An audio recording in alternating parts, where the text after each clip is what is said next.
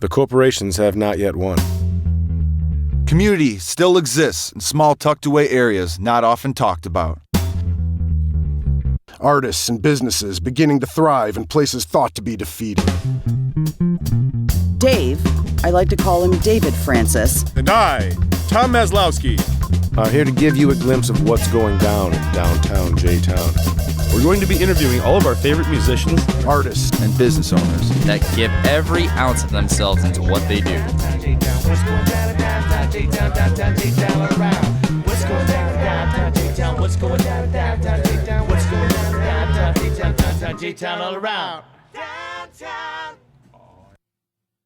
We are back at Third City Sound. Once again, me and Dave are hosting a few of our great friends and musicians up here tonight. It is another Monday night. It's been a while. It feels good to be back. Yeah, and it hasn't been super awkward at all. No way. It's been pretty great. What do you mean by awkward? Because this Who's is awkward? take two. You're awkward. There was a moment of awkwardness. Yeah. But instead of editing it, we just started over. So we're still legit with... Yeah, we said something that we're not sure we should say, so we just started over. It happens. And you'll never know what it is because we're not allowed to say it, so we're not going to say it again, even though I want to say it real bad right now. Ask us in person, and then we'll decide if you're cool enough to know. Yeah, or you can message us on the Book of Faces. Also true. Yeah. But mum's the word. I don't think he's working tonight. However, that's an inside joke. If you don't come to Chicago Street, then you'll never know what that joke means. And so if you want to know, you're just going to have to come and find out. But it's been cool. We can hear the sounds of the open mic night downstairs. It's been a while since we've recorded on a Monday, much less it has.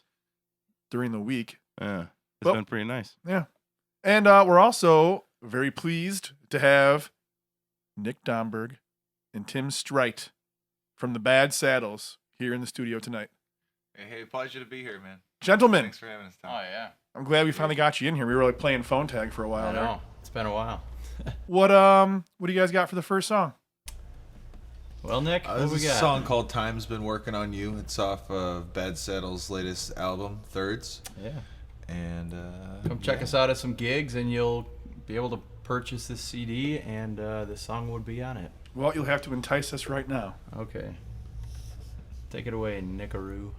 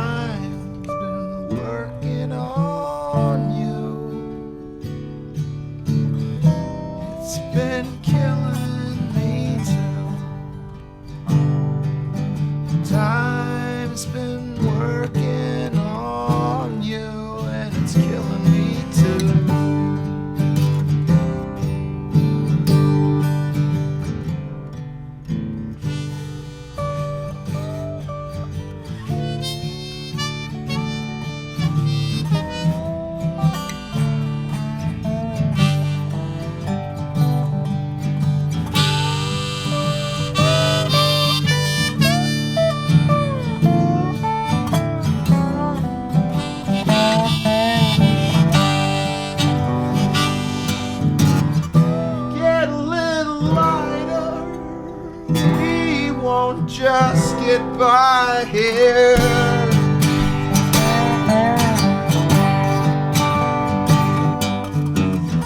Should it be easy?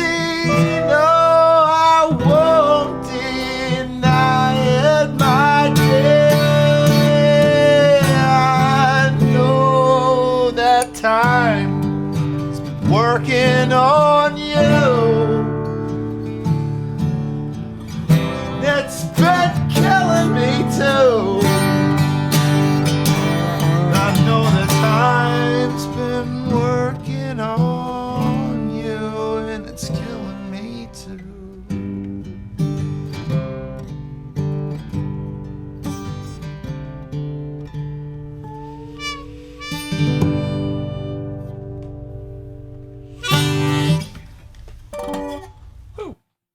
Nice work, fellas. Thanks, Tom. And go ahead and pull your mics in. Yes, sir. All right. So that one was off the latest album. Where'd you guys record the thirds? In my basement in Elwood, Illinois. Nice. What kind of stuff you got? Yeah. Oh, just Tell him about the stuff. I mean, he invested in basically a whole computer Well, system I and gotta- some good mics. I mean, gotta- we were able to do it sounding really, really well from Elwood.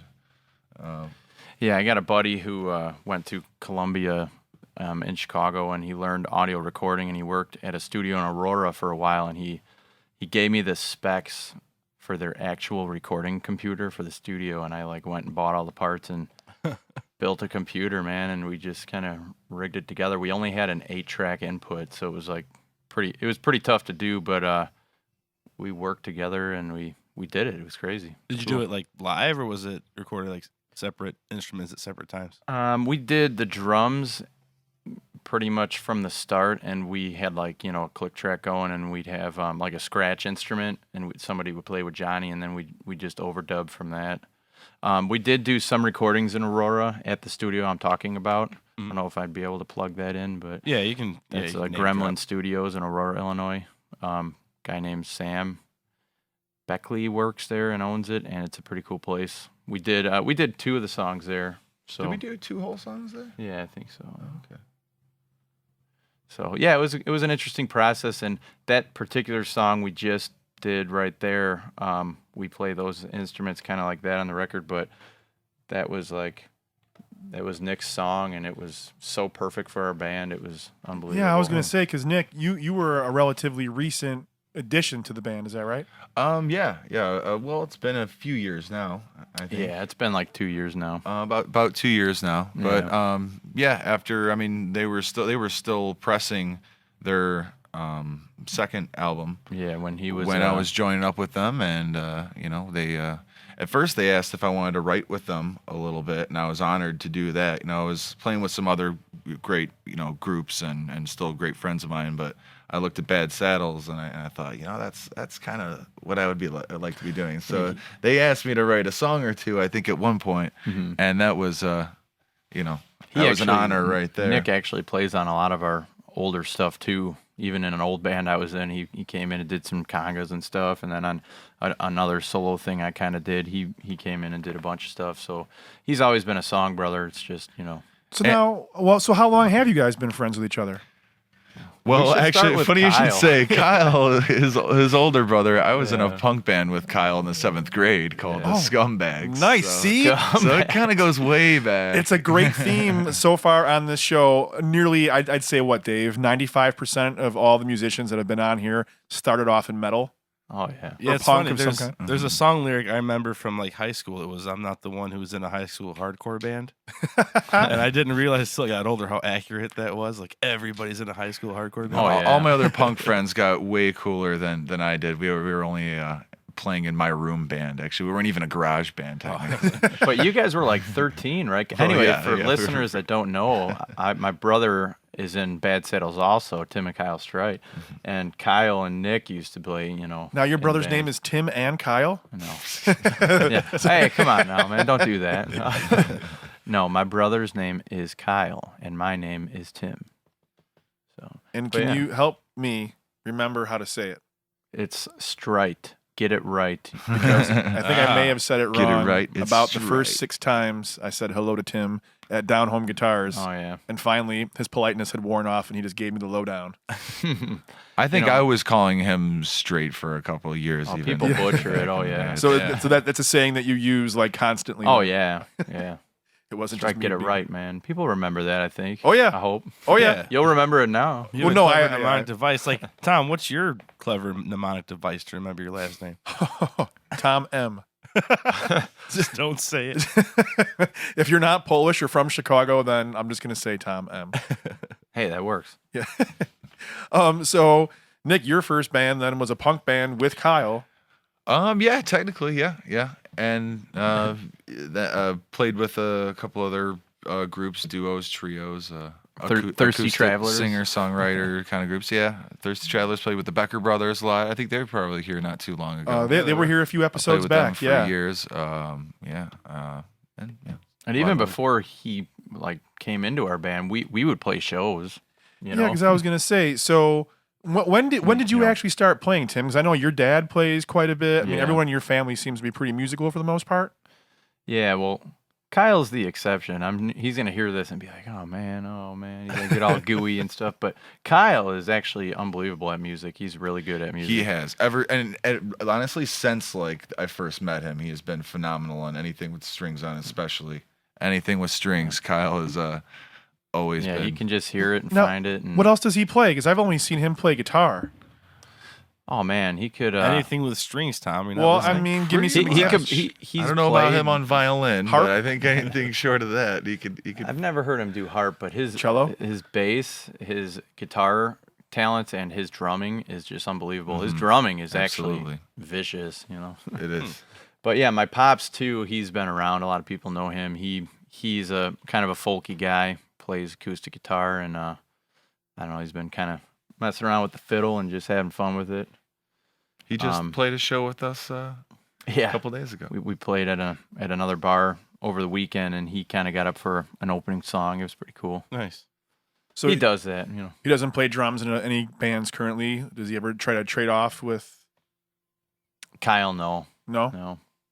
So when did you start playing? What was your first instrument, Tim? Well, my dad got me in a guitar when I was, you know, a real young lad, and I kind of kicked it around a little, and I wasn't too serious about it, probably till about high school, and then I guess that's when everybody gets serious about one thing or another, you know, Sure. interests and whatever.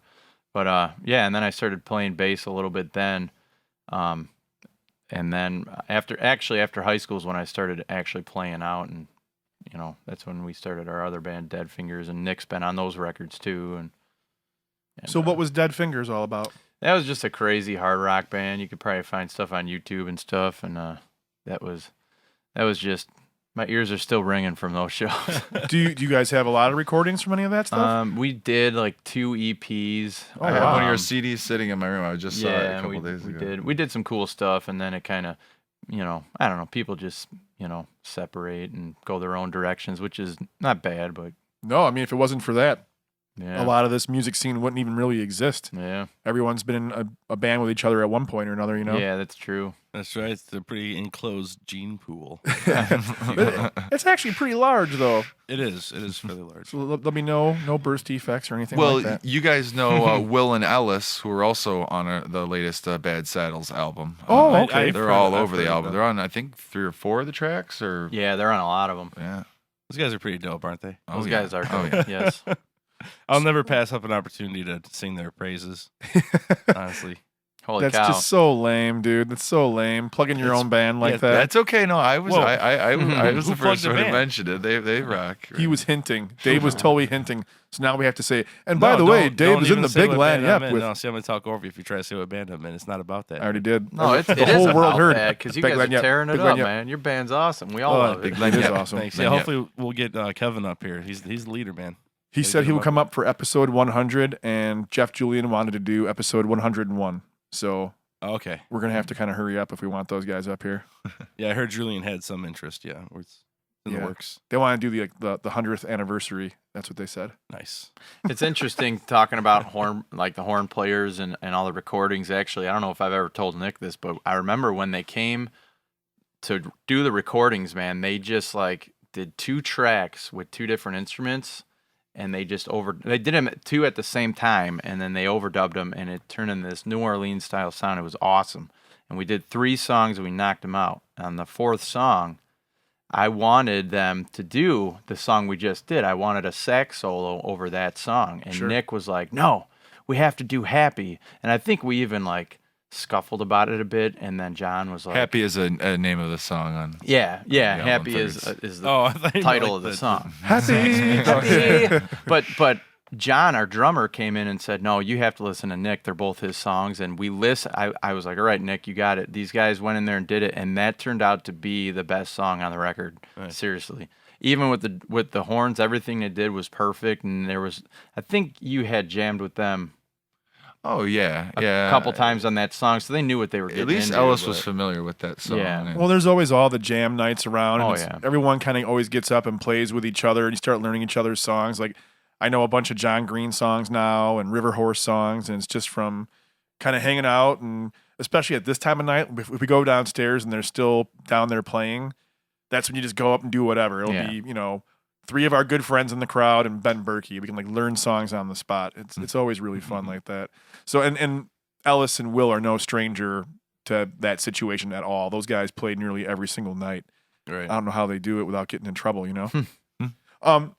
And you guys also write a ton. I mean, you just said how many bands that you were in. You've had multiple albums in each band.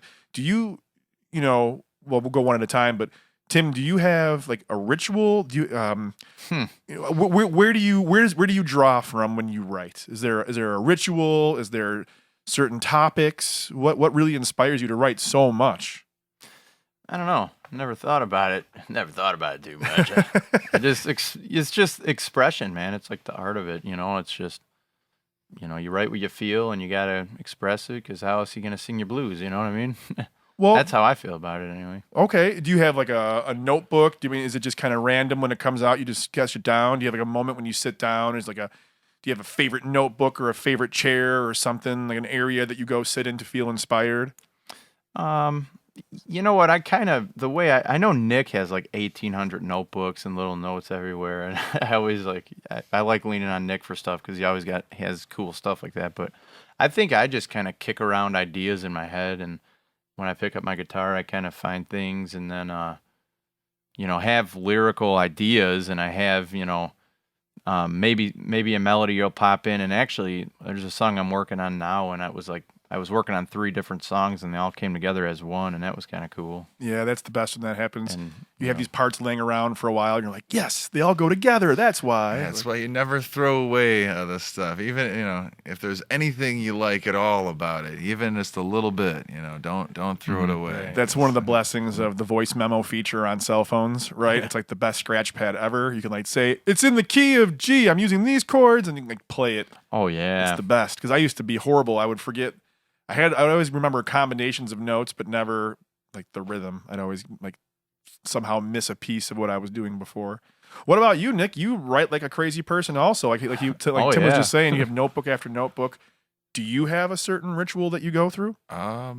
Just kind of like life experiences, I feel like, is a big thing. Just trying to get out and do, experience life and write about it, or write about things you notice in life. And it's fun to be able to change perspectives. I enjoy being able to write a song. You don't have to write it straightforward.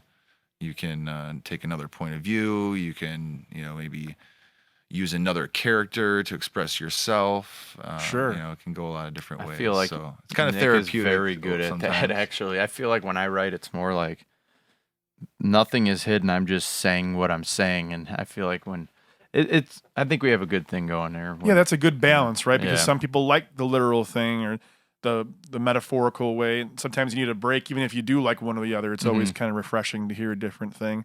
And that's the beauty of bands, right? You get all these 5 different. That's also the curse of bands sometimes. You don't always get your way, or you have to compromise. Or get whatever, what you like, yeah. Yeah, but, and again, it's about the audience. Sometimes, the song's not for us. It's for the audience anyways, right?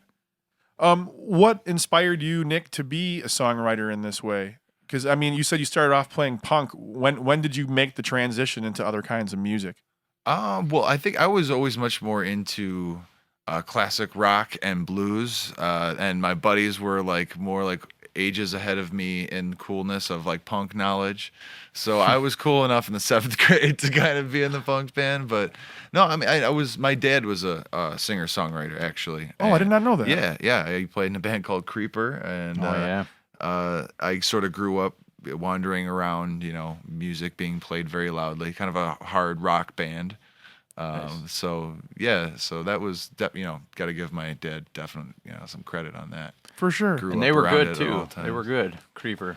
Now, did either of you guys take any kind of guitar lessons or schooling of any kind? Where did you come up with all this I stuff? took drum lessons shortly, and in the punk band I was on the drum kit. That's what I started off on. Oh, wow. Was drum kit, but and I did learn how to read drum music, but I didn't go long enough to have much of it stick, and I ended up drifting towards other instruments more as years went on. So I wish I would have stuck with some lessons and learned how to read music, but. So how do you know what chords you're playing? Did you find chords online kind of thing? Well, I was probably taught by a couple of close friends. A few chords can go a long way, and from there, you learn the patterns, and pretty much self-taught. But you learn little tricks here and there. Sure. What about you, Tim?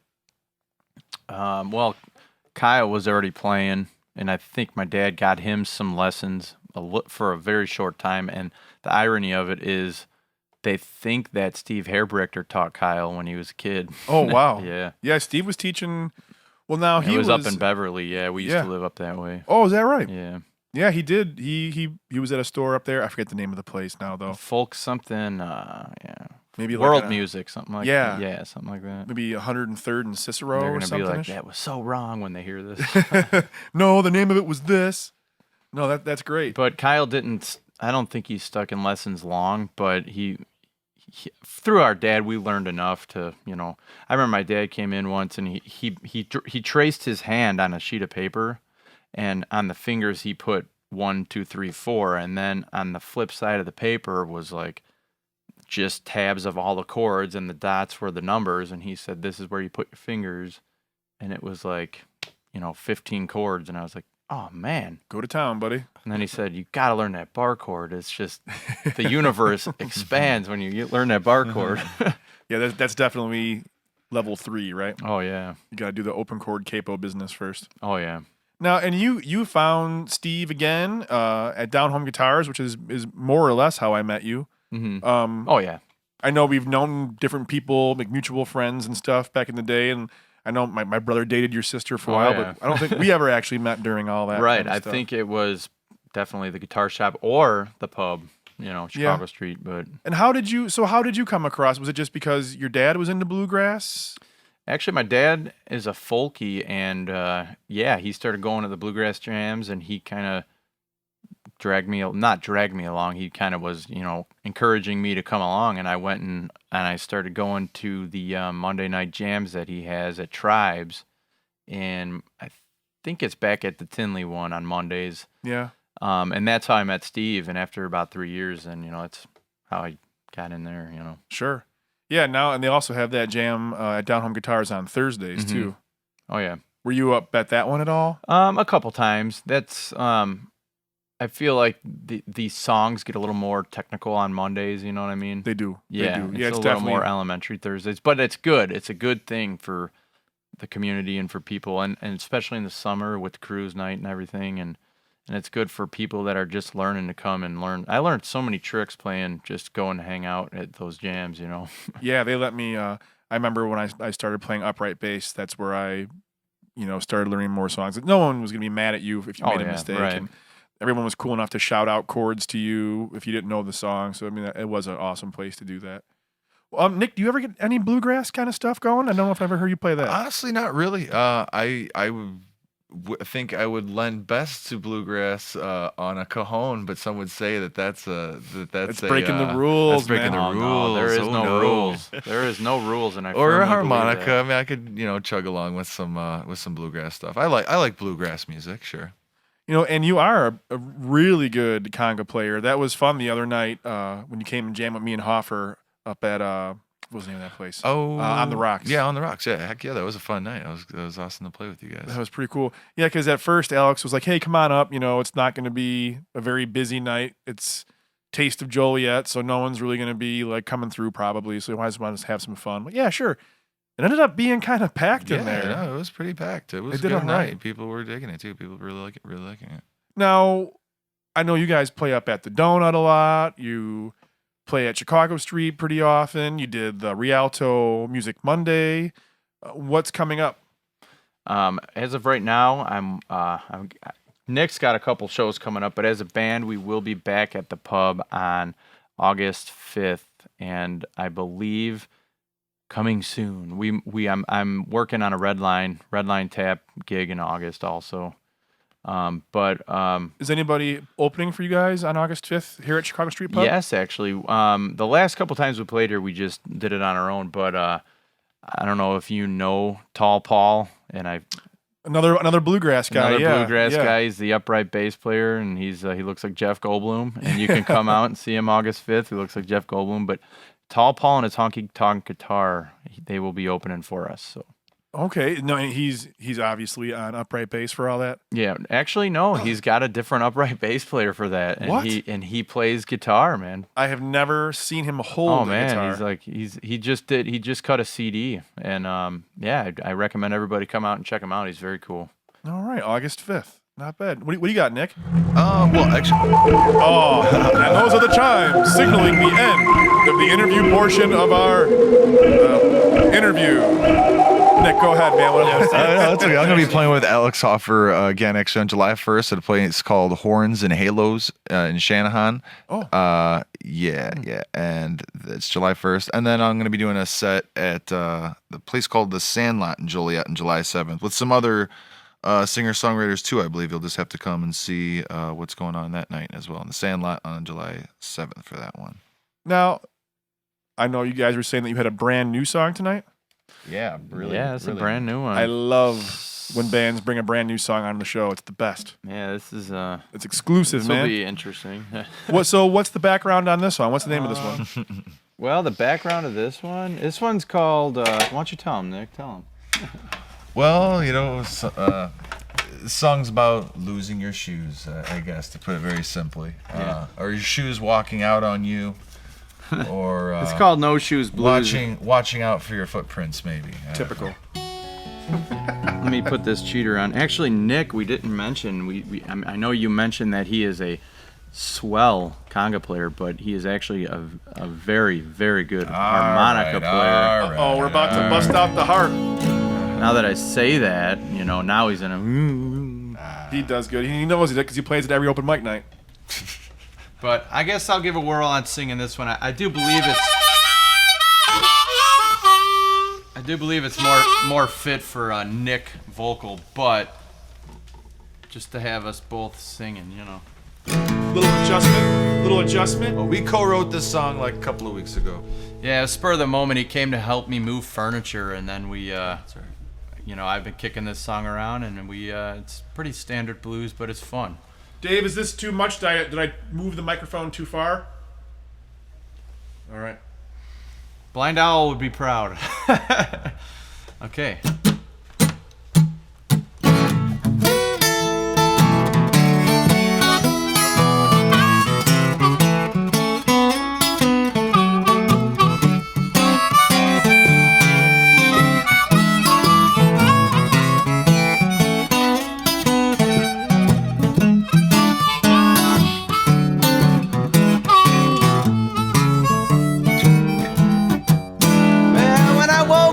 Morning, I couldn't find my shoes.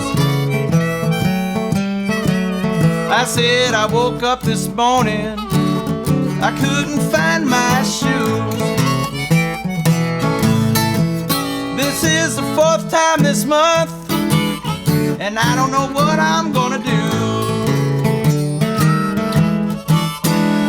When I fell asleep last night, my shoes are on my feet.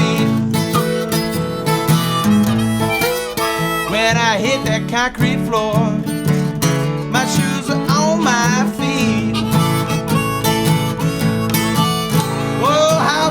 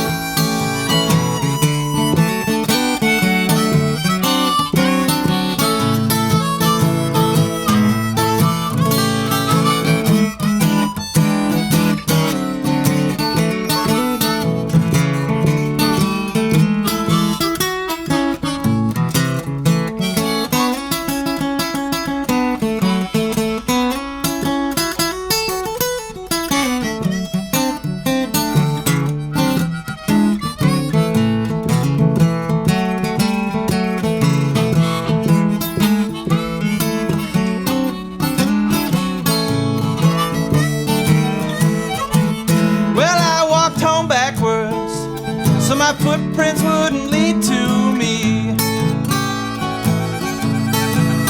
I kept my eyes wide open. I wasn't caught on TV. But I just can't remember why my shoes keep walking out on me. Well, see no evil, speak no evil. Don't listen to grapevine. I don't want no evil honey. Don't want my cherry wine. Well, when I looked out my back window, my shoes were hanging on that telephone line.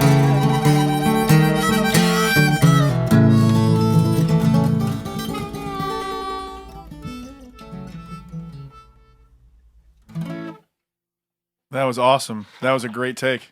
That was great. Oh, I know you guys were a little concur. nervous about that. It was brand new, but that was awesome. That was really cool.